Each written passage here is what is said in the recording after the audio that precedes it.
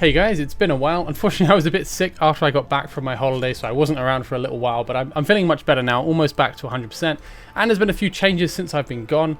One of them was the healing effect changes, including max HP in all healers. We didn't get an exact value or calculation on how that works, so I'm not going to go over that yet. I need some time to look into it. Don't really get why they made that change, but you know, it is what it is. But one thing that is coming up this weekend is there's a new event coming up, which is called the Crawling Dark. Most likely this event will not be coming to 40,001/2/3. I'll double check and leave a note. So be aware of that. If you're on those servers, it may not be with you guys yet, as they tend to stagger them for some reason. But this video, I want to talk about the two new heroes coming up, and you can see them in game now if you go to the event calendar and if you look at the summon event starting on Thursday the 5th. So there will be two new legendary heroes joining the roster again. We're getting quite a lot recently, and that is going to be Falcia and Crach, I believe. You can call them Crach or whatever. Anyway, Crach is a marksman for the Watcher faction, and Falchia is a fighter for the North faction. So we'll start with Falcia. Pretty cool artwork. You can see she's got some kind of demon eyes. She has a big sword in her back, and she's dual wielding two other swords. Feels like kind of a Witcher aesthetic to me. She's a demon hunter, so kind of in that vein, I suppose. And you can see she has mixed damage, multi-phase attack, and true damage. So true damage is a very potent one, so that'll be really interesting to see how strong that is. So let's have a look at hero details. Pretty standard stats from a cursory glance. Nothing really stands out to me here. I think the attack is fairly decent, but nothing crazy. The defense, I think, is quite good. And the HP is quite good as well, but nothing, new groundbreaking level of stats. 2 block value as normal. 19 cost is kind of a little bit high for a fighter, I guess, but nothing exceptional. As for her talents, after performing basic attack 20 times, gains demon slaying stance for 25 seconds. So her basic attacks will deal an extra 160% true damage. Shadow Slash will deal 260% extra true damage 5 times. So that sounds really strong already. Having true damage on your basic attacks is going to be great. Should be very strong on Guild Boss. From that alone, having true damage for all the resistances. Unfortunately, though, the North faction is not very strong in Guild Boss. Though maybe that could change. I mean, you've got some good heroes there, but you don't have the Lord benefit to make it really shine. Especially when the Infernal faction and especially the Nightmare faction have been doing very, very well recently.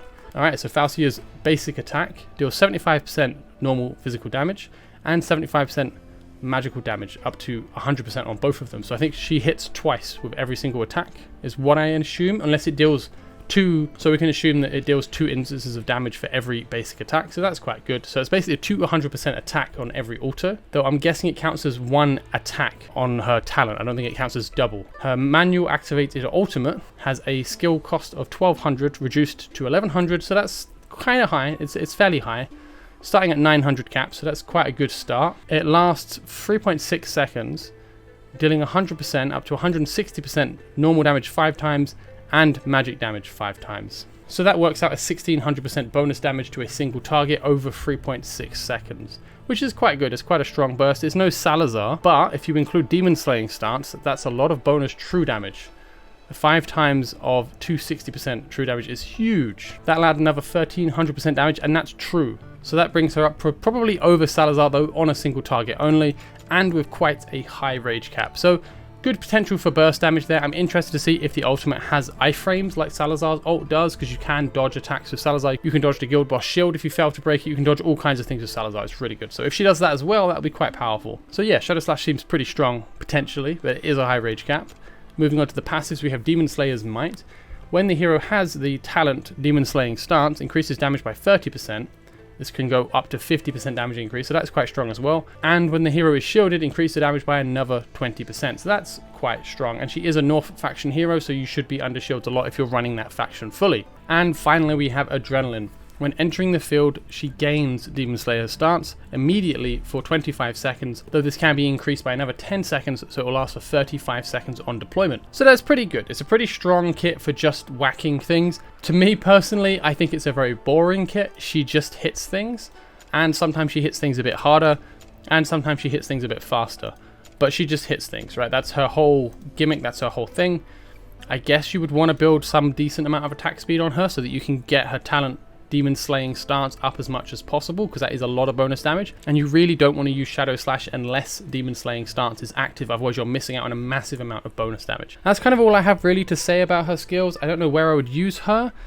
She has got decent base HP from the looks of things, so maybe she's a good fighter to use in Gear Raid 2, but I don't know even then, because she's only a single tile fighter. She doesn't have any survivability traits. She just gains some damage from shields, and she's in a tanky faction. I think her faction kind of makes her a bit awkward, to be honest. If she was a Nightmare, she would probably be very strong in Guild Boss, but she's not. So yeah, I don't know where I would suggest using her. It could just be that, you know, the multipliers could work out that she's very strong anyway. But from her kit alone, she wants to just focus down and nuke one enemy to bits. And that's kind of Guild Boss's territory currently. And in the North faction, it's not really the Guild Boss team. So yeah, I'm a bit mixed on where you would actually want to use her. So let me know if you have any thoughts on that. Let's have a look at her Awakenings for now. So Awakening 1 gains a shield with the strength of 2000% attack speed.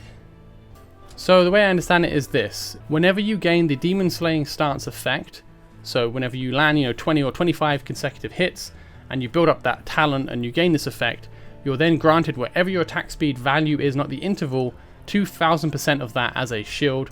So I think that's around like 3000 HP if you have 300 attack speed.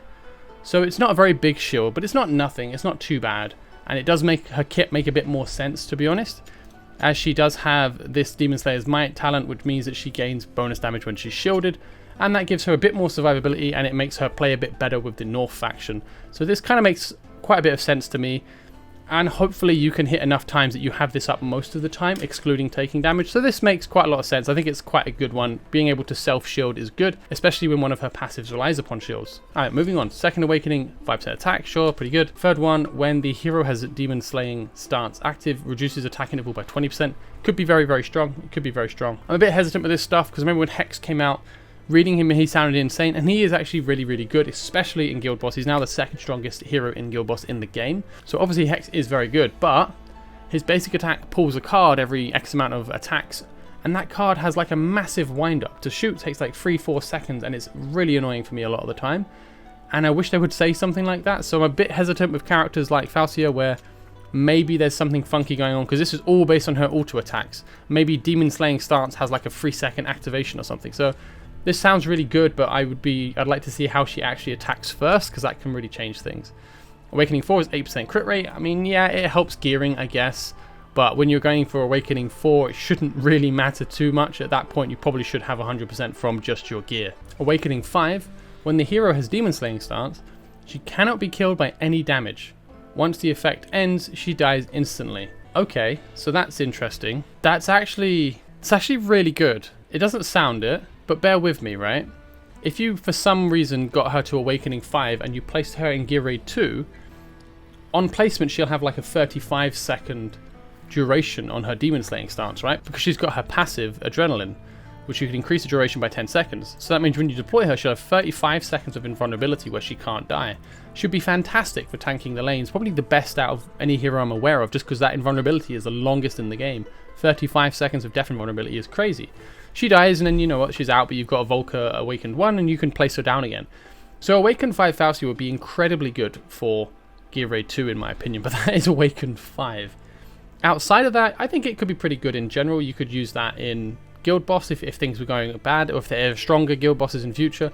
Obviously, for the rest of the content, you're not really going to be counting on your characters dying. Gear Raid 2 is really the only content where you're going to take a massive amount of damage. So yeah, overall, I think her Awakenings are quite strong, to be fair. All three of them are very powerful. My complaint is I think Awakening 1 might be too important. I feel like this should be part of her kit by default. Putting this in the Awakening is actually kind of crappy in my opinion. It feels like you need her first Awakening for her to actually really shine, if she can shine. I'm still hesitant to say how good she will be because her kit is so one-dimensional. She hits things. With no Awakenings, all she does is hit things. Awakening 1, now she has some self-shielding, and that actually triggers half of her first passive. So yeah, for me, I'm not keen on Falcia. I think she's a bit too dependent on her first Awakening, in my opinion. Obviously, you don't need it if you run her with Vortex, if you run her with other North heroes.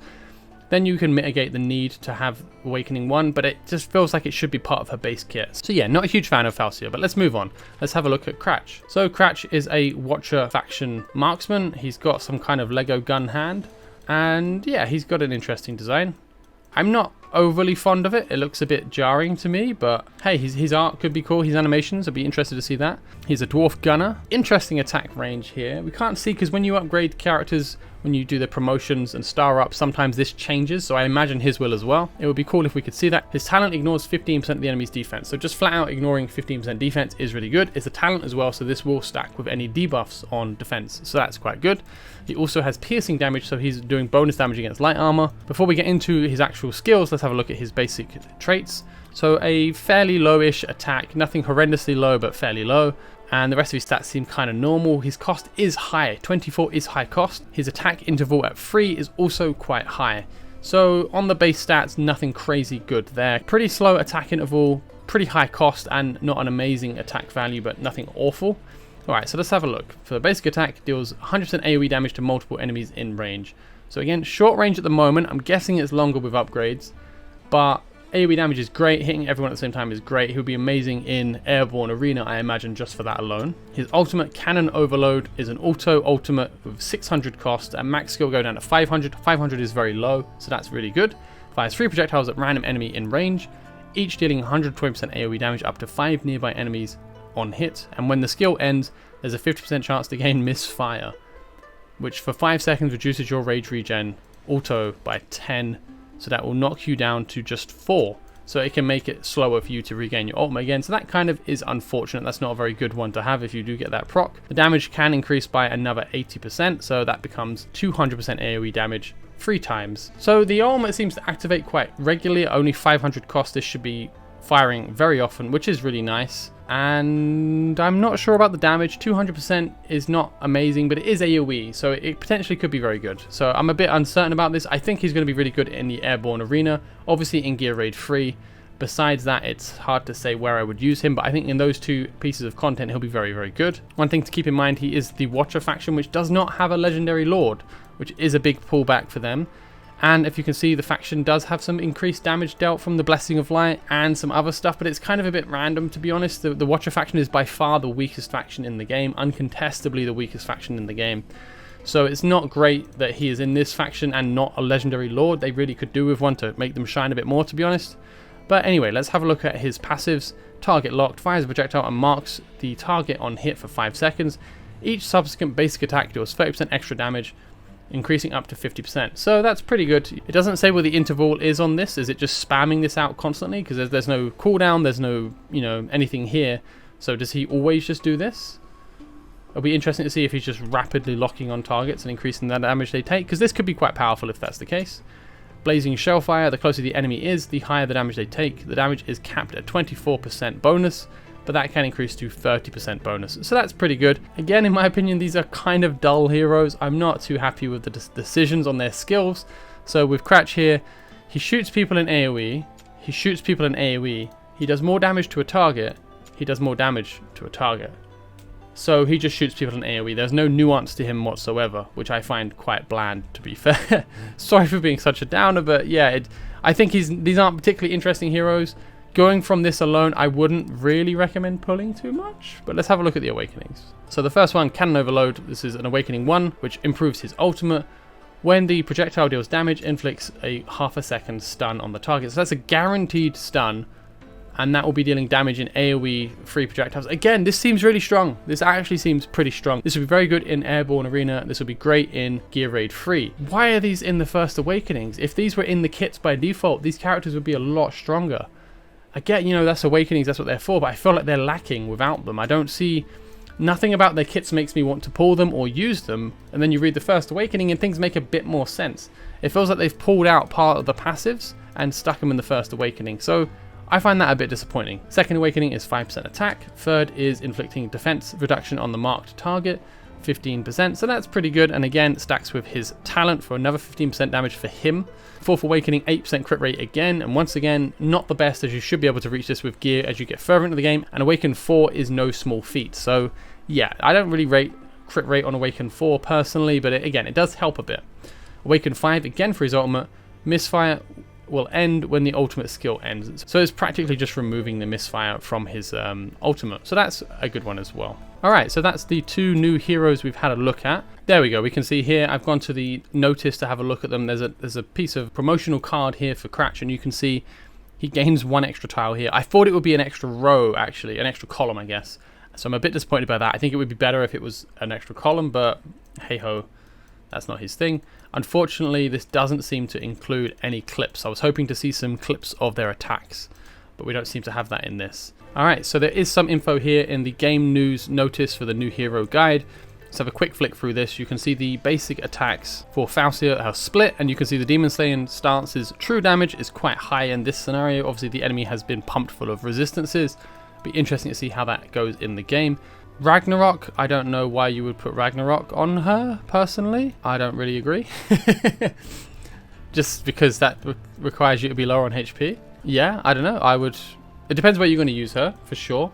I think Ragnarok makes sense if you're using her in Gear Raid 2 and you've got her Awakened 5. I'll say that much. Then, for sure, it'll be amazing. Anyway, recommended stages, Artifact Material Raid. Yeah, I can see Artifact Material Raid. I think that makes sense. She's a fighter. She's going to do pretty good DPS on a single target, and the true damage will probably help a lot. So that'll be good. Guild Boss, I would think she would be good. And yeah, that makes sense. If you can get her starts up in Ultimate, she can probably get through the shield quick. It's just the problem is her faction. She's not in a good faction for Guild Boss. Single target DPS, again, she's not in the right faction. You're really limited in Arena with which heroes you can place. And if you're going into a single target DPS arena and you're not using a Nightmare team, it's kind of tricky. And other than Nightmare, you can use Infernal, but North you wouldn't really use, and you don't really have the space to take a 5th that's outside of the faction, other than something like an Eloin or a Dolores or maybe a Hollow. So yeah, I don't really see this personally in Arena, but I mean, hey, I could be completely wrong. So guys, let me know if you pull her this weekend, if you pull Crach this weekend. Let me know what you think. I haven't played a great deal in the last couple of weeks because I've been away and I've been sick. So I'm a bit out of touch, not too out of touch, I hope. But yeah, let me know what you think of these characters. Let me know what you think if you do manage to pull them, as I'm probably not going to pull them. I've only got a few summons because, again, I haven't played a great deal. But anyway, yeah, it'll be interesting to see this new event, and to play that, I'll make a video on that as well. So thank you guys very much for watching. Have a lovely one. Take care, and bye-bye.